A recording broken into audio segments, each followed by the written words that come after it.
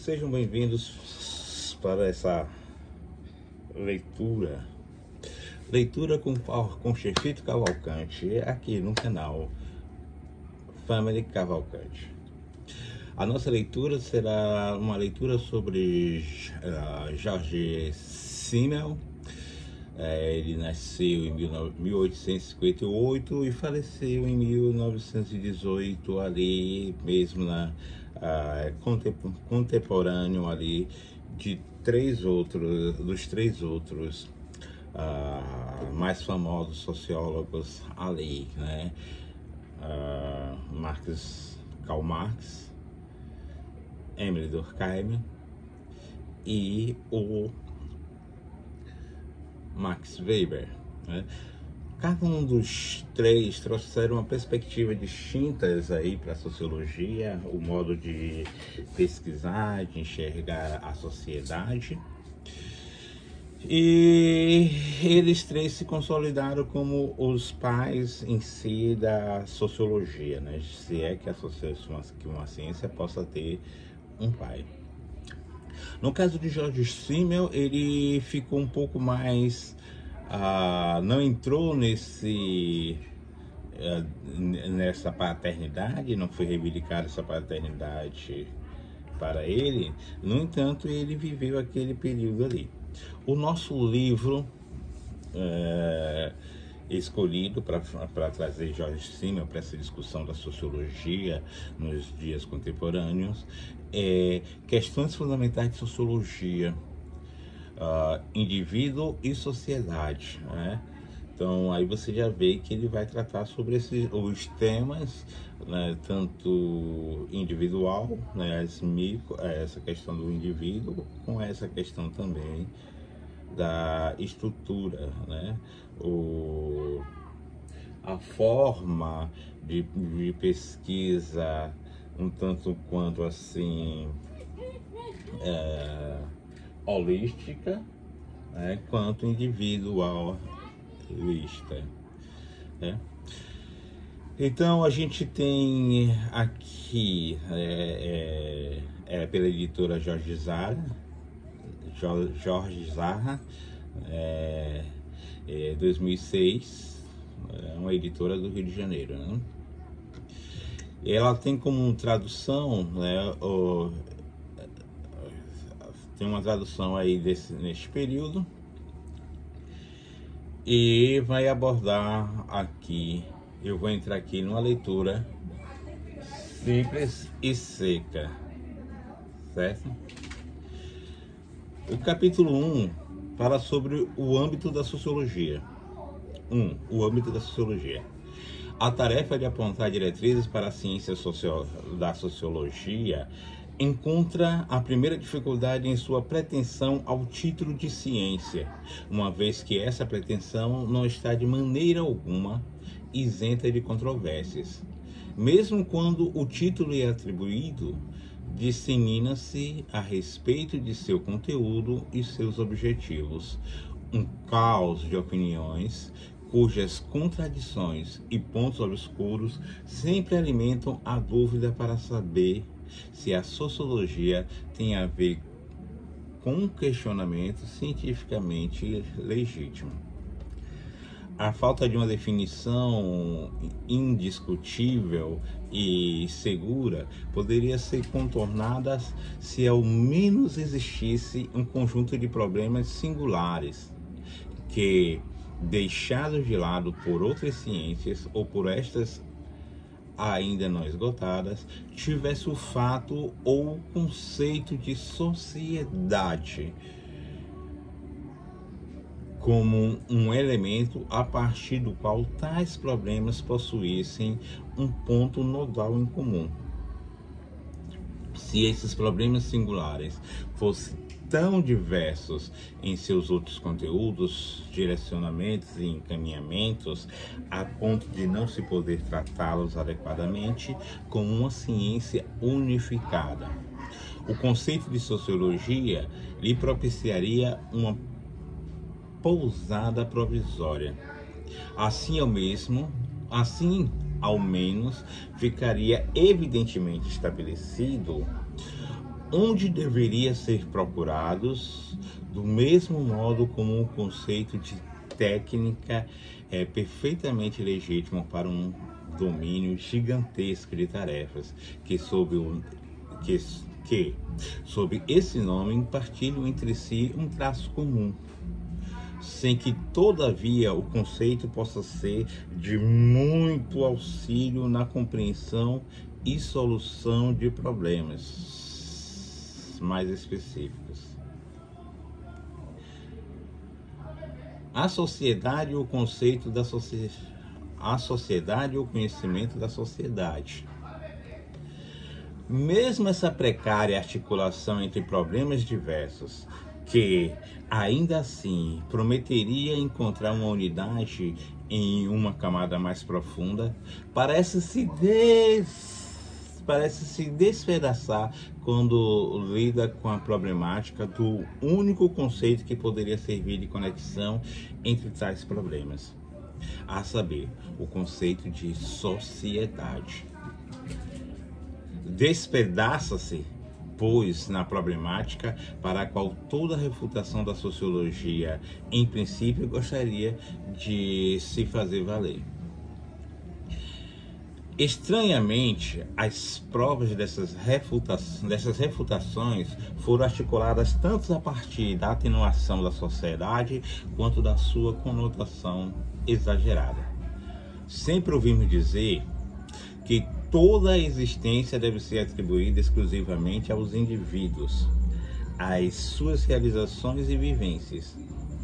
Assim, a sociedade seria uma abstração indispensável para fins práticos, altamente útil também para uma síntese provisória dos fenômenos, mas não um objeto real que exista para além dos seres individuais e dos processos que eles vivem.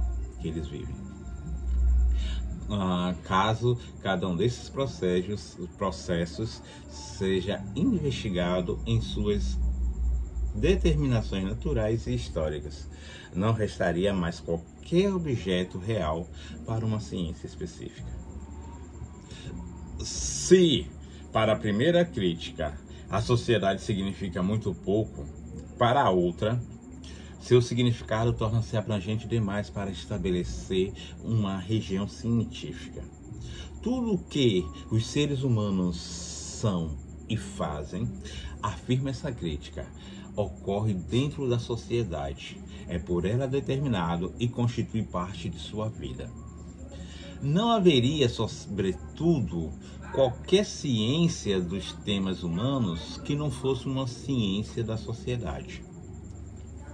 No lugar das ciências particulares, artificialmente isoladas entre si, ciências de tipo histórico, psicológico e normativos, seria preciso introduzir uma ciência da sociedade que, em sua unidade, trouxesse à tona a convergência de todos os interesses, conteúdos e processos humanos por meio da associação em unidades concretas. É evidente, porém, que essa crítica, que tudo atribui à sociologia, rouba-lhe qualquer determinação, tanto quanto aquelas que nada lhe desejava atribuir, posto que a ciência do direito, a filosofia, a ciência da política e da literatura, a psicologia, a teologia e todas as outras que dividiram entre si a região do humano, almejam prosseguir com sua existência própria. Nada se ganha caso todas fossem tiradas em um mesmo recipiente sobre o qual se estamparia uma nova etiqueta: sociologia. A ciência da sociedade, ao contrário das outras bem fundamentadas ciências, se encontra na desconfortável situação na qual precisa, em primeiro lugar, demonstrar seu direito à existência, ainda que certamente esteja na situação confortável em que essa justificativa será conduzida por meio do esclarecimento necessário sobre seus conceitos fundamentais e sobre seus questionamentos específicos perante a realidade dada. Em primeiro lugar, constitui um equívoco a respeito da essência da ciência, a partir do qual somente por intermédio de indivíduos poderíamos supostamente deduzir toda existência real. Concluir que cada conhecimento, no que diz respeito às suas sínteses, tome para si como objeto abstrações especulativas e irrealidades. Nosso pensamento tende quase sempre a sintetizar tanto mais os dados como construtos G-Build que com objetos científicos que tais imagens não encontram uma correspondência no real imediato. Ninguém se intimida ao falar, por exemplo, do desenvolvimento do estilo gótico, ainda que não exista em lugar algum um estilo gótico como existência demonstrável, mas sim obras isoladas nas quais os elementos estilísticos não se encontram evidentemente separados dos elementos individuais. O estilo gótico, como objeto coerente do conhecimento histórico, é um construto intelectual proveniente da realidade, mas não é em si uma realidade imediata. Por incontáveis vezes não queremos saber como se comportam tais coisas individuais, mas sim a partir delas formar uma unidade nova, coletiva. Da mesma maneira que ao investigar o estilo gótico em suas leis e em seus desenvolvimentos, não estamos a descrever uma catedral ou um palácio. Por mais que tenhamos retirado de tais singularidades a matéria para a unidade investigativa, ou a unidade investigada, correção. Da mesma maneira, perguntamos como os gregos e os persas se comportavam na batalha de Maratona. Se estivesse correta a concepção de que a realidade somente pode ser conhecida nos indivíduos, então o conhecimento histórico só atingiria seu objetivo se conhecesse o comportamento de cada grego e de cada persa em particular. E assim toda a história de sua vida tornaria psicologicamente compreensível seu comportamento na batalha. Cumprir essa ambição fantástica não bastaria, porém, para satisfazer nossos questionamentos, pois o objeto destes não é esta ou aquela singularidade, mas sim os gregos e os persas. Evidentemente, uma construção inteiramente diversa que vem à tona por meio de certas síntese intelectual e não por intermédio da observação de indivíduos considerados isoladamente. Seguramente, cada um desses indivíduos tem seu comportamento conduzidos por um outro, cujo desenvolvimento é de algum modo diferente e provavelmente nenhum se comporta exatamente como o outro. Em nenhum indivíduo se encontra postos lado a lado o elemento que o iguala e o elemento que o separa dos demais.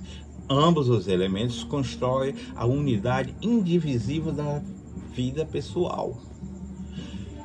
É a partir deste conceito, todavia, que formamos a unidade mais elevada, a saber, os gregos e os persas.